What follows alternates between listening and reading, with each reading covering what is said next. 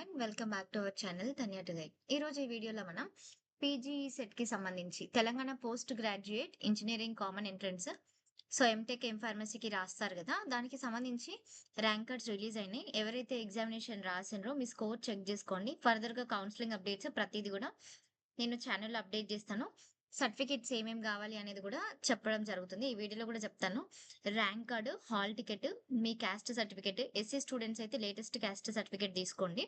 Income certificate మీకు reimbursement వస్తది అంటే ఇన్‌కమ్ సర్టిఫికేట్ అండ్ అలాగే స్టడీ సర్టిఫికేట్స్ అన్నీ కూడా ప్రొవిజనల్ సర్టిఫికేట్, మైగ్రేషన్ సర్టిఫికేట్ అయితే అవసరం లేదు అండ్ లాంగ్ మెమో కంపల్సరీగా అయితే మీరు వెరిఫికేషన్‌కి తీసుకొని వెళ్ళాలన్నమాట.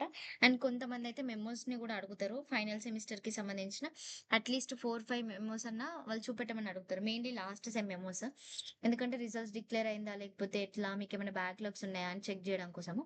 ఎట్లాంటి యాక్టివ్ బ్యాక్‌లాగ్స్ కూడా ఉండొద్దన్నమాట. ఇది ఫైనల్‌గా రిజల్ట్స్ అయితే డిక్లేర్ అయినాయి. మీరెవరైనా చెక్ జేసుకోవాలనుకుంటే రిజల్ట్స్ కింద డిస్క్రిప్షన్‌లో లింక్ ప్రొవైడ్ చేస్తాను. లేకపోతే లింక్ అని కామెంట్ చేయండి. డైరెక్ట్ లింక్ అయితే ఇస్తాను.